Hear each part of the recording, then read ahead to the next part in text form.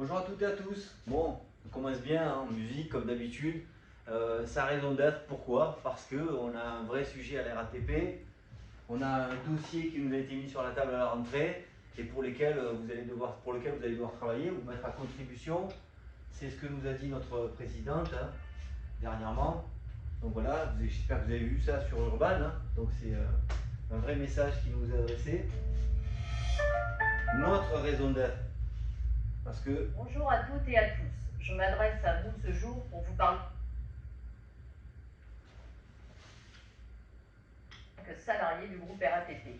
Il s'agit du chantier relatif à notre raison d'être.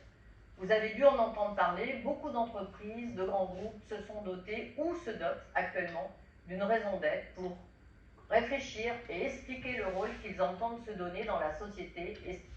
Bon, je ne vais pas vous mettre la vidéo, vous l'avez sur Urban, si vous voulez aller la voir, n'hésitez pas, c'est intéressant. Hein. Donc ça nous remet un petit peu dans le contexte, ça nous parle un petit peu de ce que nous traversons actuellement, une crise, une vraie difficulté pour l'entreprise, et de ce qui se passe un petit peu à l'extérieur de l'entreprise, donc comme vient de nous dire la PDG.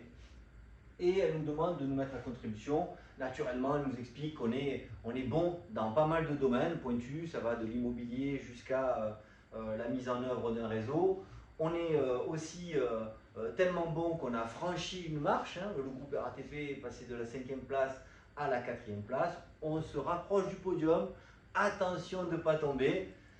Gardons la forme et pour cela, dès le 14 septembre, comme nous le dit notre présidente, elle va nous mettre à contribution pour que vous participiez à un chantier qu'elle dit qui va être mené en parallèle de Défi 2025 pour vous mettre à contribution et définir ensemble, together, notre raison d'être.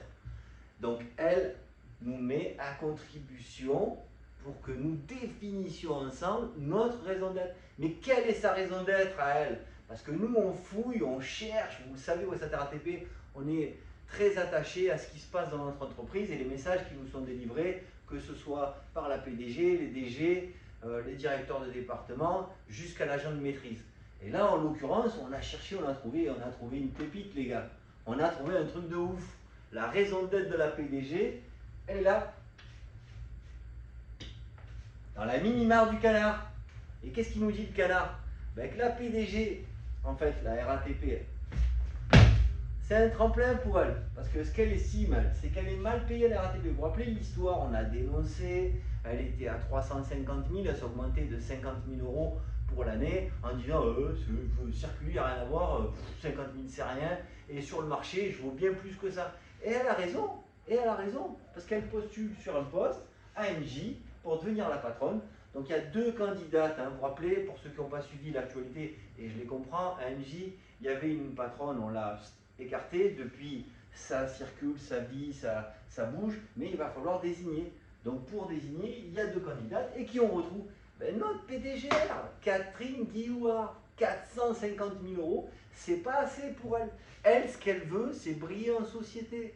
My to my, money is money. Donc, elle estime qu'elle vaut bien plus que 450 000 euros et que la RATP, en même temps, c'est pas assez dans sa poche.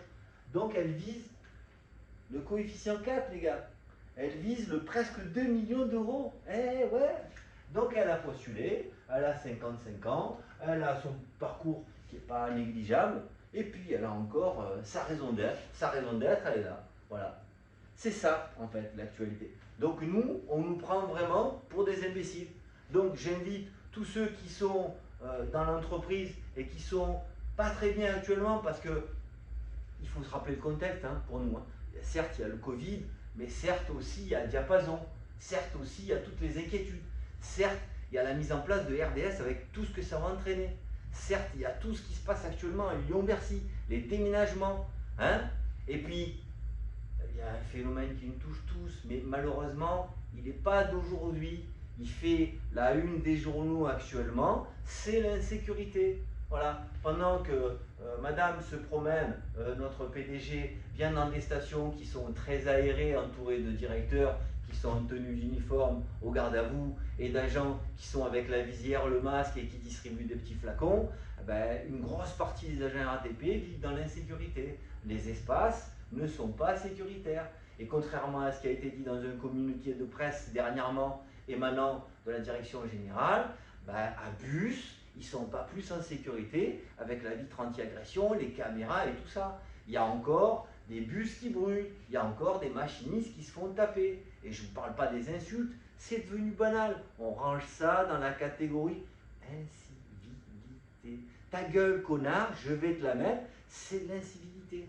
Un bourre-pif, oh, c'est pas forcément des violences, c'est un ras-le-bol de la société. Ça se comprend, des retards, des incidents, tout est bon. Mais non, c'est pas bon pour nous.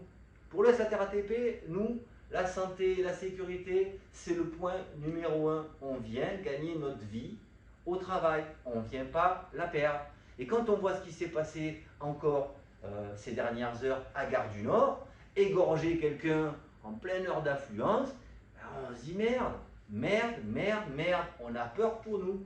Donc Madame la Présidente, plutôt que de penser à votre avenir, pensez à vos salariés, ils sont sur le terrain, ils sont en difficulté. Ils ont besoin d'être rassurés, ils ont besoin que vous mettiez les moyens pour qu'ils travaillent en toute sécurité.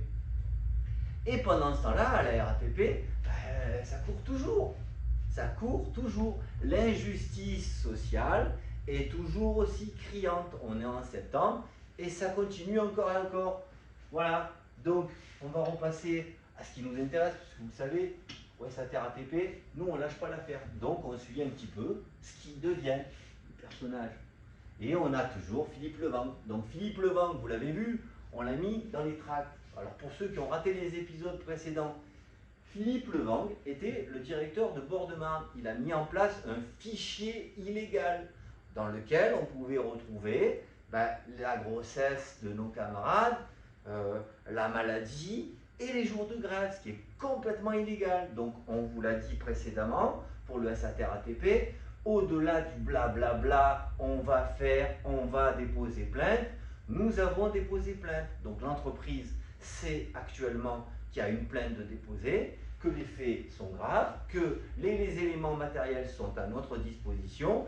Et d'ailleurs, le mail, pour ceux qui n'ont pas suivi, il se félicitait d'avoir mis en place un fichier illégal en disant que ce fichier-là était au top.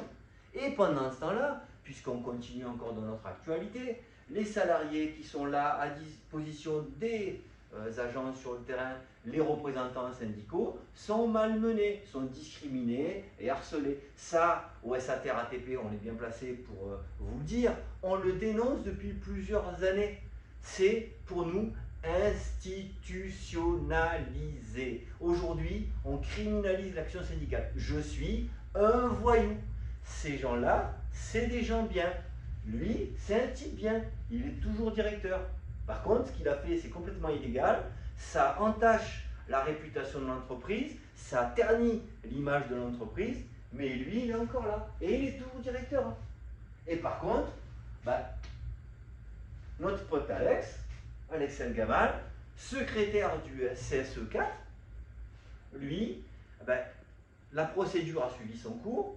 Pour ceux qui ont raté aussi les épisodes précédents, donc il a eu un entretien disciplinaire, ensuite un message comme quoi il allait être traduit vers le conseil de discipline, un point d'étape, on lui a remis des éléments à charge, on a refait un disciplinaire, on l'a traduit finalement devant le conseil de discipline. Le conseil de discipline a eu le temps de l'entendre, a décidé de le révoquer. Donc on a un élu, un secrétaire et un mec bien, un mec sous tout rapport, un mec qui défend les salariés. Et là, on lui dit, non, ça y est, on va te révoquer. Donc, comme c'est un élu, il va passer très prochainement, son dossier, malheureusement, son dossier de révocation va passer très prochainement en CSE extraordinaire sur le CSE4. Alors, soyez rassurés, nous, on le dit, on ne fait pas comme certains, on a toujours la même ligne de conduite. Dès que ça touche un salarié, quelle que soit notre position, quelle que soit l'instance, que ce soit le conseil de discipline, que ce soit les séances du CSE ou anciennement du CDP, on votera toujours contre la révocation d'un agent. Entendez-le, c'est important. Je dis ça pour ceux qui auraient l'envie de se dire, tiens, si on lui mettait une petite cartouche et on votait pour sa révocation. Malheureux, ne faites surtout pas ça. Montrez l'exemple. Donc Alex, lui, c'est pour très bientôt. On espère, enfin, on sait pratiquement que l'inspection du travail refusera sa révocation. On a une vraie inquiétude, c'est l'acharnement de la RATP à vouloir aller jusqu'au bout. Et là, on est dans la merde. Hein. Là, on est vraiment dans la merde. Parce que le dossier, une fois qu'il passe l'inspection du travail, l'employeur a 4 mois, me semble-t-il, pour l'adresser à la ministre du Travail, qui est Elisabeth Borne, la même qui nous a volé nos CA, qui nous a fait les poches et qu'on a fait condamner. Donc, on a une vraie inquiétude pour Alex. Donc, restez mobilisés, restez sensibilisés. Quoi qu'il arrive, c'est la rentrée. Le message que je vous adresse, c'est prenez soin de vous, comme le dit la PDG, mais surtout, n'allez pas seul aux entretiens, ne restez pas seul. Vous avez des syndicats, allez, Pierre il n'est pas bon, Jacques il n'est pas bon, vous avez une multitude de syndicats, ne restez pas seul. Ne restez pas seul face à la direction. À très bientôt.